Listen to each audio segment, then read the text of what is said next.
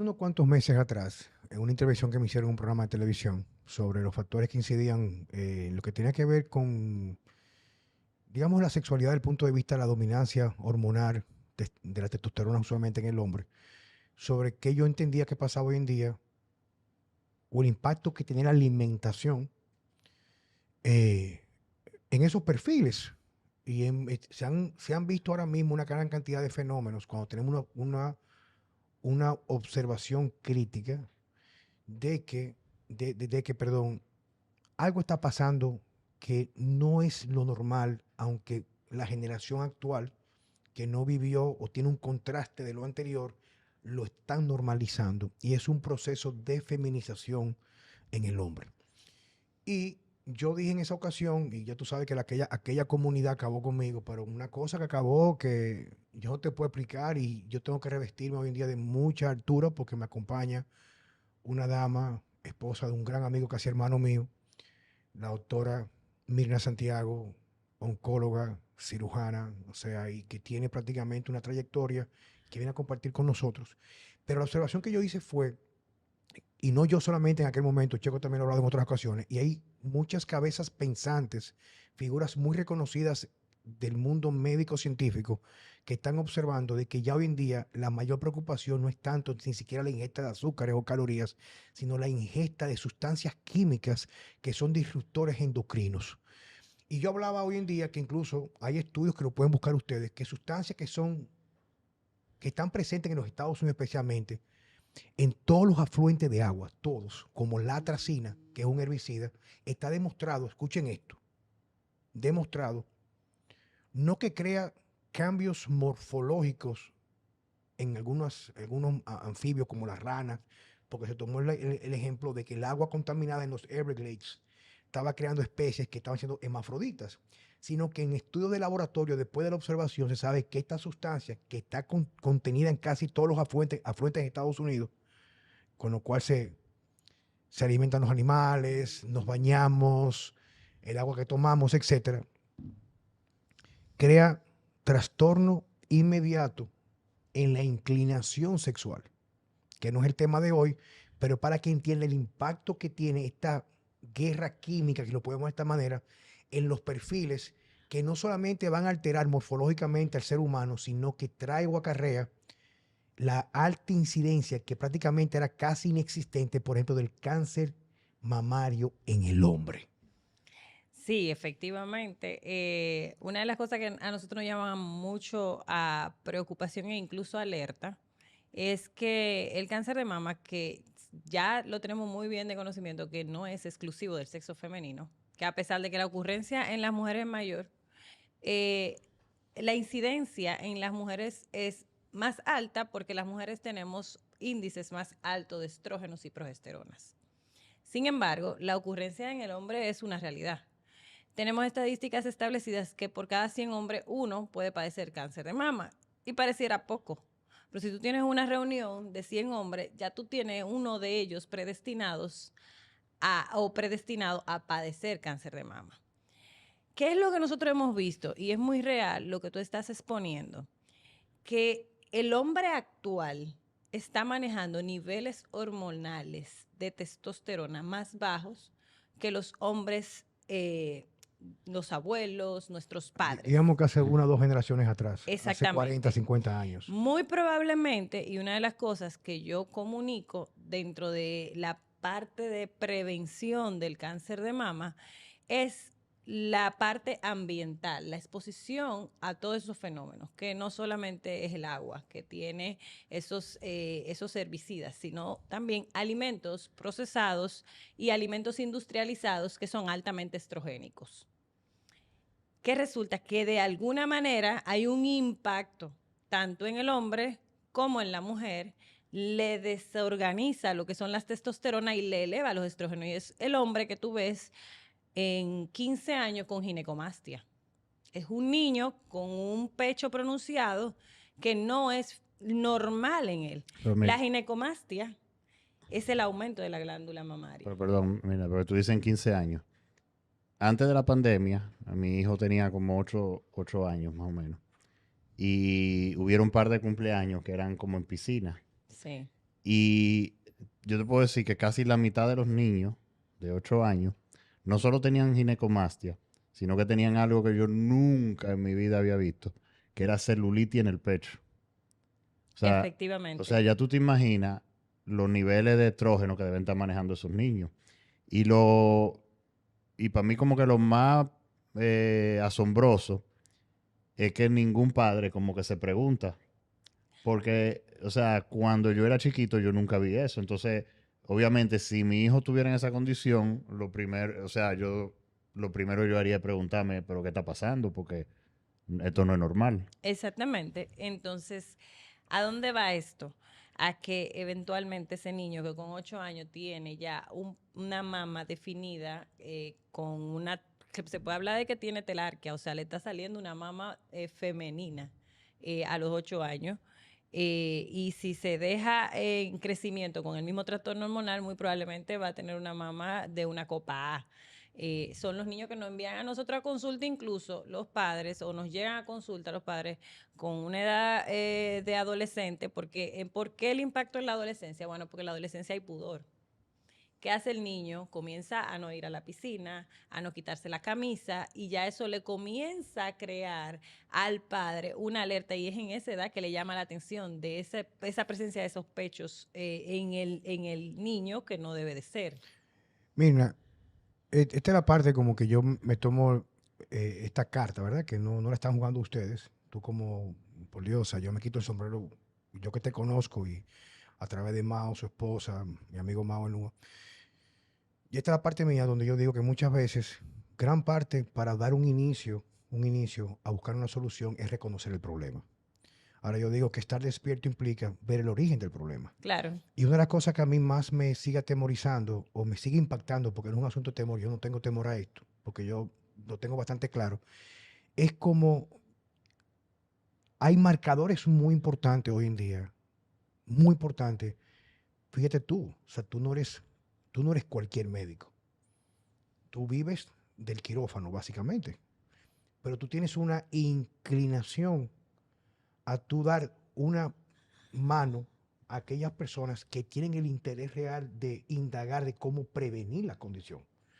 Porque no importa lo que tú hagas, siempre va a haber, siempre. O sea, ahora mismo tú le das la alimentación a todo el mundo, se van a reducir, pero va a haber que recurrir porque va a haber cáncer. O sea, el cáncer es algo que está con los seres humanos y no solamente depende de la alimentación, otros factores como la luz artificial, que es mucho más complejo. O sea, esa parte no la vamos a quitar.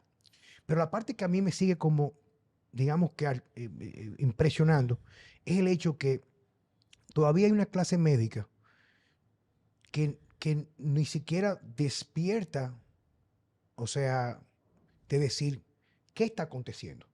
E incluso hoy en día hay círculos que se segregan en grupos como la comunidad aquella, que lo ven como algo normal, por ejemplo, y se sabe hoy en día, se sabe, eso no es indiscutible, que esos perfiles hormonales llevan, por ejemplo, a la disforia de género. O sea, porque lo que hace que un niño, yo recuerdo un muchachito yo, ya a los 9 o 10 años, mi mamá me decía, tú no sabes lo que era el sexo, pero los ojos se te salían cuando tuviera muchacha con cadera, o sea, claro. porque era algo normal, ¿tú entiendes? Y esa parte de enamoramiento, y yo no sabía que tenía una vagina y que o sea, no era algo como algo normal, Instintivo. distintivo de lo que tiene que ver ese repunte, incrementando la testosterona de forma natural, pero ¿qué acontece?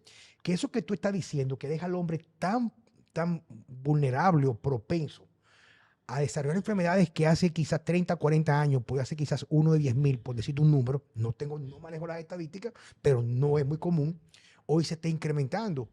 Pero entonces resulta que eso que estamos viendo, yo no veo el más mínimo interés, tú sabes, como de decir, mira, vamos a reconocer que hay un fenómeno que se nos está saliendo de la mano Claro.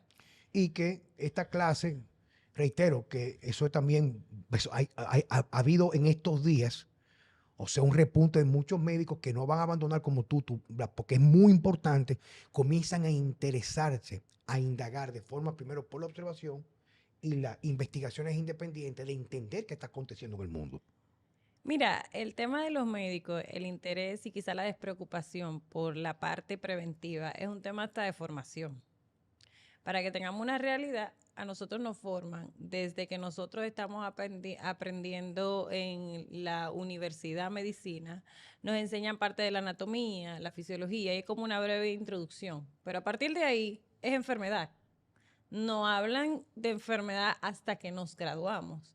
Y es como que nos van cambiando el chip de cuál es la importancia realmente de manejar una salud preventiva y nos vuelven en terapeutas ya de patologías establecidas, o sea, de tratar enfermedades. Eso es una de las cosas por las que a nosotros nos da trabajo incluso involucionar, porque de alguna manera tú te tienes que echar para atrás y retomar algunas cosas que comenzaste en los primeros semestres para poder entender la de los últimos semestres y entonces tú entender que la medicina parte realmente de lo que es la alimentación, la prevención y todo lo que es la fisiología. Eso es una realidad. ¿Qué te voy a decir? Y eso es muy importante que yo se lo voy a comunicar directamente. Mira, una de las cosas que ustedes todos, nos critican a nosotros como médicos es que cuando van a una consulta de nosotros y oncológica, que es la que más impacta, cuando le preguntan al oncólogo, doctor, ¿qué puede comer mi familiar? Y el médico tiende a decirle que coma de todo y no tiene una cultura de educar a ese paciente a que lo llevó a la enfermedad debe de eliminarse. Hay dos tipos de médicos. Uno, el que desconoce el tema de lo que te enfermó, hay que eliminarlo, y otra es el médico pasivo. El médico pasivo es el que entiende que ya no hay más nada que hacer y simplemente, bueno, vamos a continuar con lo que tenemos como tratamiento. Con las herramientas que Con las tenemos. herramientas que tenemos. Por ejemplo, en el caso mío, un paciente cuando va a consulta que me pregunta y está en un tratamiento oncológico, y eso es muy importante definirlo, incluso a ustedes que son los dietistas, por ejemplo, tú me manejas pacientes que yo tengo en tratamiento oncológico, pero lo manejamos en común, porque hay que tener hasta mucho cuidado con la dietética y las negociaciones con las que tú llegas a un paciente que está en quimioterapia y en radioterapia, porque ese paciente no se quiere alimentar, porque ese paciente no quiere comenzar a consumir alimentos bajos en azúcar, bajos en sal, pero de por sí porque le sabe la boca metal, porque se está acabando de una quimioterapia. Y si tú le retiras el 100% o le cambias de golpe, la alimentación va a pasar de no comer nada porque no tiene apetencia a un desastre. Y también esas cosas hay que saberlas manejar. El manejo. Entonces, hay que tener una comunicación que debe de ser lo más real a lo que tenemos como paciente, pero a la vez hay que transformar nuestra mente. Los médicos sí debemos de tener una inclinación y gracias a Dios y a personas como ustedes, tú tienes muchísimos años hablando de lo que es la nutrición, las cosas han ido cambiando y nosotros hemos ido entendiendo que esto es un trabajo de todos, que nosotros tenemos que tratar la enfermedad como tal, pero que tenemos que tratar tenemos que mejorar lo que ocasionó la enfermedad. Y yo te voy a hablar de algo sencillo, la hipertensión arterial. Tú vas a un lugar con una hipertensión arterial y el médico la tendencia es a ponerte un tratamiento oncológico, salvo muy pocos cardiólogos, en un tratamiento farmacológico, salvo muy pocos médicos que te estudian la base de lo que te está creando la hipertensión arterial y si es modificable, lo pueden modificar y no someterte a un tratamiento clínico farmacológico. Entonces, en eso va esto. Pero retomando el tema de la prevención y la medicina preventiva en los hombres, básicamente con el tema del hiperestrogenismo que están teniendo y la baja de testosterona, nosotros tenemos que tener mucha alerta. Y yo hoy publiqué recientemente un post sobre eso, que a pesar de que luciera una quimera, un paciente de 100 hombres no es tan poco, porque por ejemplo en el Instituto Oncológico, que no maneja la población universal de República Dominicana, en el 2019 nosotros tuvimos 12 hombres. Si tú extrapolas eso al Instituto Rosemilia Tavares, que también maneja paciente oncológico, a Santiago, y vas sumando, ya no es tampoco la población masculina. Y perdón, y que eso antes no era tan común. O sea, no era o sea, yo por ejemplo te puedo decir que en este año tengo 2 hombres diagnosticados con cáncer de mama. Entonces no es poco. Y eso nosotros queremos hacer un énfasis porque una de las cosas, vamos a escuchar y vamos a entender lo que está ocurriendo actualmente. tenemos una población de niños que están utilizando tratamientos hormonales con el fin de llevarlo a la población transgénero, porque decidieron un sexo y ese padre accede a manipulaciones hormonales que son a base de estrógenos y progesteronas. ¿Qué tú estás haciendo con ese niño? No solamente lo estás feminizando con el fin ulterior de que él se defina como mujer, sino que tú también le estás aumentando el riesgo de muy probablemente padecer una patología mamaria como el cáncer a un hombre que no debe de tener la misma probabilidad que una mujer.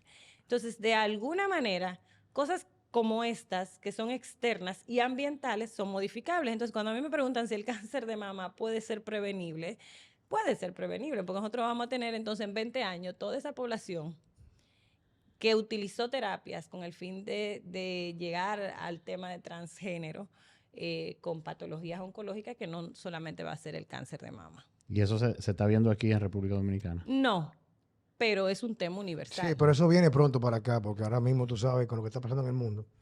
No entremos en esa parte para no estropear el objetivo, el mensaje que tú quieres entregar.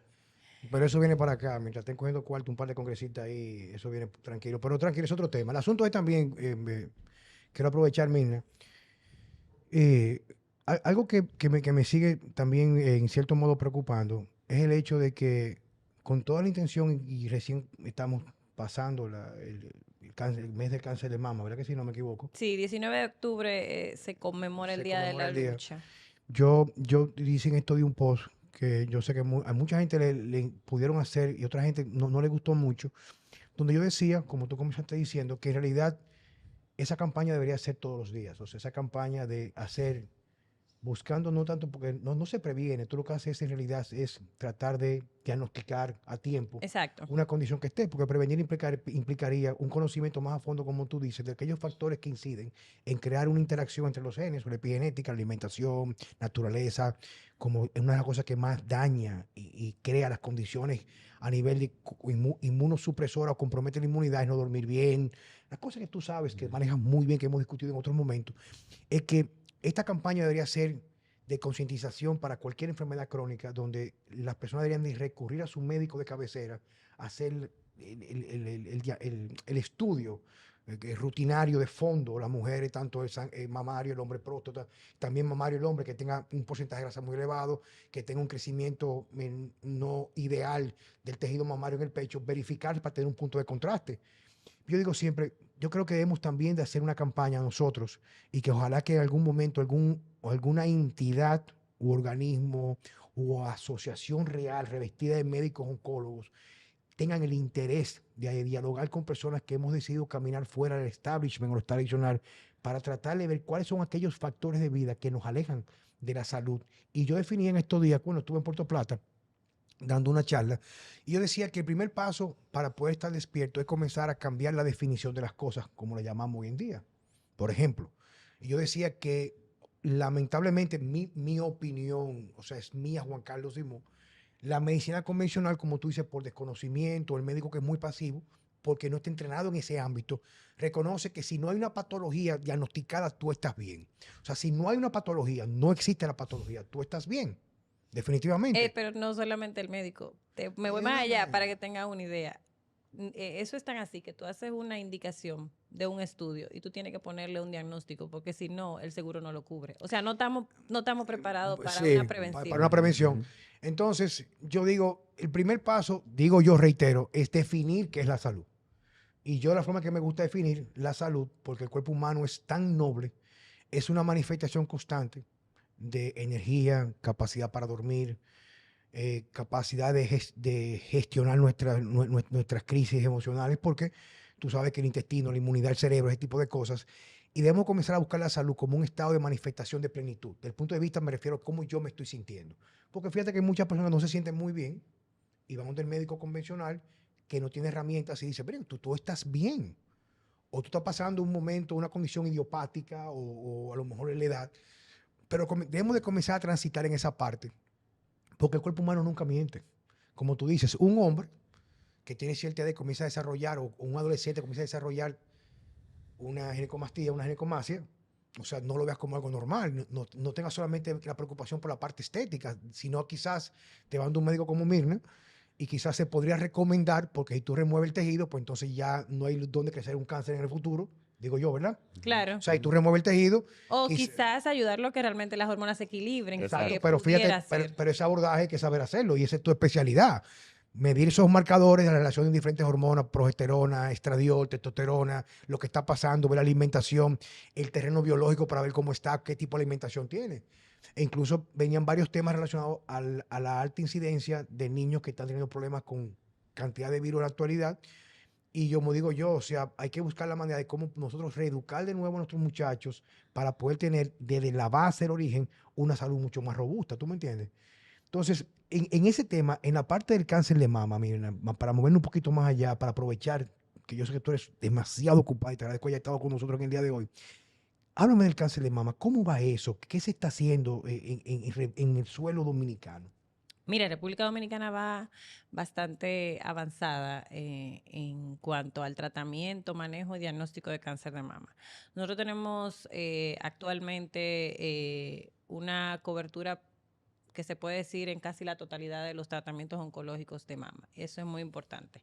La incidencia obviamente va aumentando significativamente y es por todo lo que hemos hablado. Sigue siendo la mujer la que va en etapa localmente avanzada y avanzada a nuestras consultas por desconocimiento. Hoy, para que tengan una idea así rápido, me sorprendió tanto y a la vez me apenó. Todavía recibo pacientes con una mama incluso amputada por un tumor. Ya ni siquiera hay una mama, porque el tumor ocupa toda la mama y un tumor ulcerado y sangrado, ulcerante y sangrante en una paciente que tiene seguro y que tiene un nivel cognitivo bueno. O sea, su conocimiento y su educación es una educación superior. Y sin embargo llegan a todavía las consultas. Quizá uno de los temores es cuánto van a gastar en un tratamiento oncológico o quizás el pánico de padecer la enfermedad o ser diagnosticado con la enfermedad. La realidad es que para que se le quite un poquito el pánico de padecer la enfermedad es cubierta por los seguros y no solamente el seguro que usted paga. El seguro del subsidio cubre la enfermedad oncológica de la mama. Y hoy en día mucho mejor. Nosotros podemos decir que República Dominicana somos de los pocos países subdesarrollados que están tratando a las pacientes en todos sus aspectos porque también se está tratando la parte física de la enfermedad. O sea, nosotros estamos reconstruyendo a la paciente con cobertura de seguros, que eso hace un año que vinimos, hicimos este tema, hace 2 años, fue una de las cosas que yo te expuse, que no teníamos todavía reconstrucciones mamarias cubiertas por la seguridad social. Y de alguna manera eso te trabajas la parte psicológica de la paciente, que es una paciente que tiene un abandono de su pareja muy alto. El cáncer de mama es la patología oncológica que tiene mayor abandono del núcleo familiar. Y entonces, a medida que nosotros estamos cambiando los estándares, que ya hoy en día no solamente se le ofrece a una paciente una amputación de la mama y dejarla sin nada, la paciente cae en muchísimas otras opciones y tenemos tratamientos oncológicos que llegan a República Dominicana de muy buena forma, que le está dando a un tumor excelentemente bien. O sea que República Dominicana puede decir que estamos con una medicina muy buena y de punta. Y en la parte de imágenes, nosotros tenemos incluso aparatos como el PET scan. El PET scan es una tecnología que te puede captar tumores hasta de 3 milímetros, que es difícil encontrarlo en otros países. Y nosotros aquí tenemos probablemente hasta 5 PET scan en República Dominicana. Entonces, ya... ¿Dónde se encuentran? Para las personas que están interesadas. Vamos a un ejemplo. Yo ahora mismo, esa joven que nos está escuchando, esa señora, quiere decir, yo quiero hacer un chequeo, aunque no me corresponda, porque yo quiero estar segura que no tengo nada que venga caminando por ahí. ¿Dónde tiene que ir? ¿Dónde ti? ¿Tiene que ir sí, no se asusten. El oncólogo sí se puede poner a la orden, porque casi siempre creen que un oncólogo se pone a la orden porque ya te vino la enfermedad, pero sí pueden ir a hacerse su evaluación de mama, aunque tengan mamas sanas, a un oncólogo. Y por debajo de por encima de los 40 años, el estudio perfecto para ver una mama es la mamografía. Ese es el estándar, el gold estándar. Y aquí una mamografía es gratis. O sea, no hay por qué no hacerse una mamografía. Y ese estudio tan barato capta enfermedades hasta menos de la etapa 1. O sea, un tumor en formación, un cáncer, como nosotros llamamos carcinoma ductal in situ. Entonces, no hay por qué no acudir y utilizar las herramientas para uno diagnosticarse una enfermedad. El subsidio, que es el SENASA que nosotros tenemos todos, tú puedes ir a cualquier institución oncológica. Actualmente el Instituto Oncológico, que tiene 81 años, el Rosemilia Tavares, que tiene aproximadamente 10 o 12 años, que soportan la población de escasos recursos y se pueden hacer todos sus estudios de tamizaje.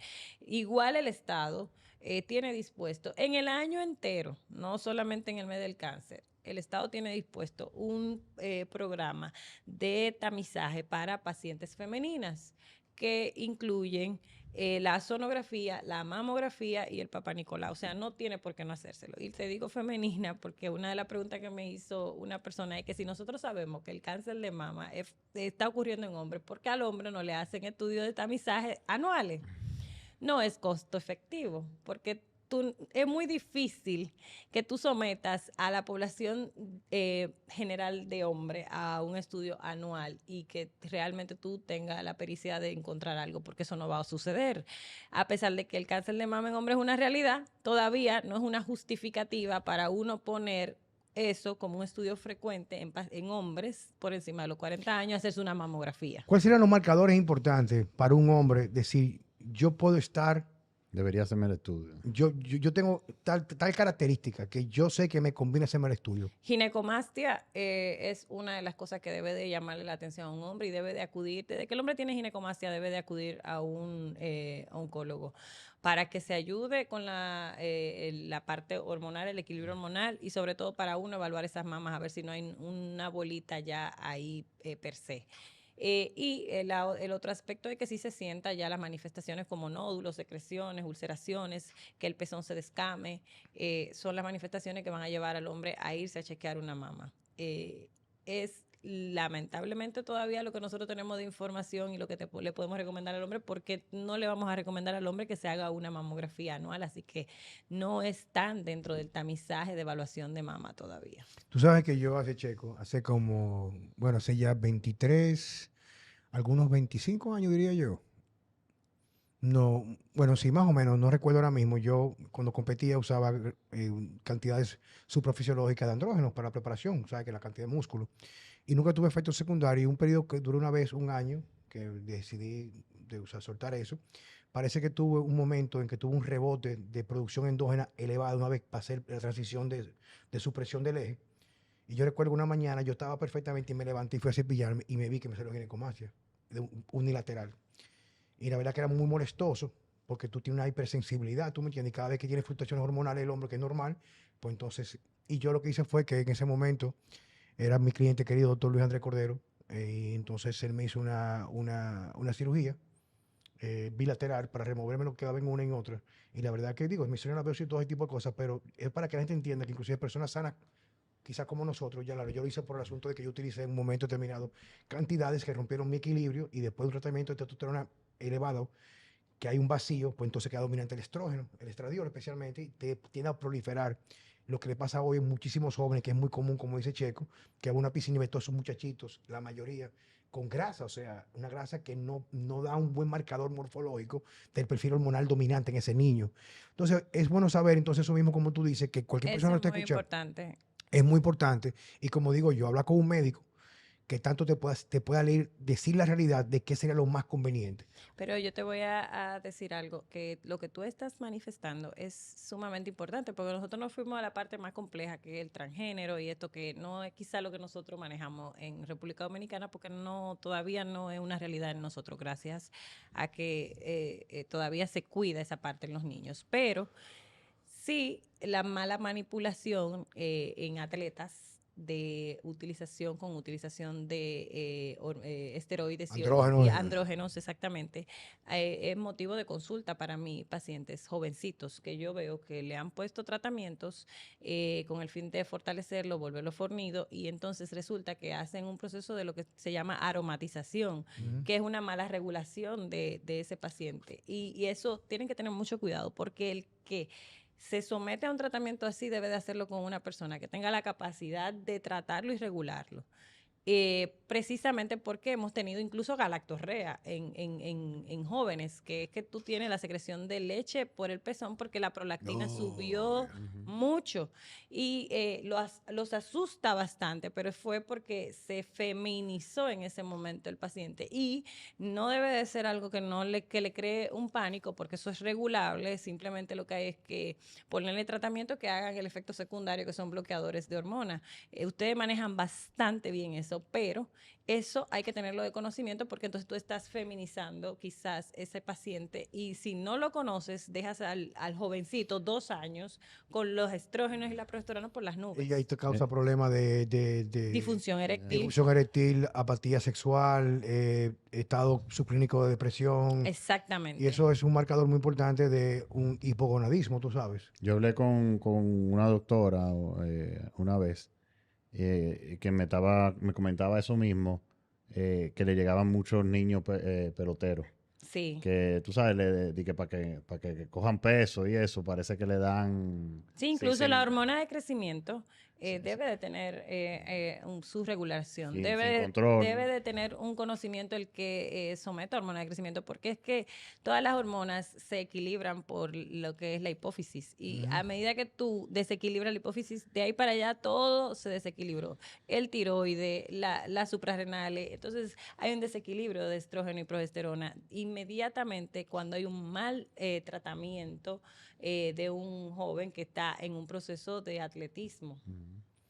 Mira, te quiero dar las gracias por tu participación y me gustaría que tú digas dónde las personas te pueden localizar y contactar, porque reitero que esta campaña que tiene un fondo muy interesante y creo que también en cierto modo noble sobre la detección temprana del cáncer, especialmente el cáncer mamario, como tú dices, la mamografía, que es lo más importante. Eh, ¿Cuál sería el abordaje? O sea, me refiero, Mirna, o sea, ¿qué tú recomiendas? ¿Dónde verte? O sea, ¿qué tú puedes decir a nuestro público? Sí, bueno, yo estoy en Oncocer Santo Domingo. Me pueden seguir por las redes sociales Mirna _ Santiago. Todo el que ve mis redes sociales cree que yo no soy oncóloga, porque lo que menos hablo es de la palabra cáncer. Trato de llevar un discurso muy coherente entre lo que como, lo que hacemos y todo, con el fin de prevención. Y el mensaje precisamente es: vamos a comenzar a hacer una cultura ahora de cambiar las estadísticas a través de lo que es el manejo de los factores ambientales que han detonado todas estas enfermedades. Porque yo sé que todos tenemos cancerofobia. Ahora mismo es como que te digan que tú tienes cáncer es un pánico, pero no debe de temerse si la detección temprana del cáncer es temprana, valga la redundancia, porque el 95% del cáncer de mama en etapa temprana es curable, y hacia allá que nosotros tenemos que llegar, a detectar pacientes en etapas tempranas. ¿Cuál es la frecuencia que tú recomiendas a una mujer ya con cierta edad, 35 años de edad, hacerse la mamografía? A partir de los 35 años solamente nosotros la indicamos en pacientes que tengan condiciones, factores de riesgo, llámese abuela, mamá y hermanas con antecedentes de cáncer de mama. Pues nosotros iniciamos la mamografía o el estudio de tamizaje a partir de los 35 años. Si es joven y tiene factores de riesgo, y lo estamos hablando muy claro: si usted fuma, si usted toma alcohol, si usted es obesa, si usted no ha tenido hijos, si usted no lactó, usted tiene muchos factores de riesgo, ya mencioné 5. Usted se ubica en esa población y empieza antes a hacerse estudios de mama, sonomamografía, porque la autoevaluación no va a permitirnos encontrar el cáncer de mama en etapa temprana. Ahora, si usted no tiene ningún factor de riesgo, usted es una persona con un índice de masa corporal bajo, no fuma, lleva una vida muy saludable, usted a partir de los 35 años comienza a hacerse su sonomamografía, y nosotros a los 40 años le comenzamos con una mamografía complementaria. Para mí ese debe de ser el mejor mensaje. ¿Cuándo autoevaluarse las mamas? Si usted ya a los 17 años tiene una mama formada, comienza a tocarse con el fin de conocer su mama, pero usted no es médico para usted detectar una enfermedad en etapa temprana. Usted va a conocer los cambios mamarios, pero usted no va a poder identificar un tumor como tal. Lo correcto es que usted vaya a consulta de seguimiento anual.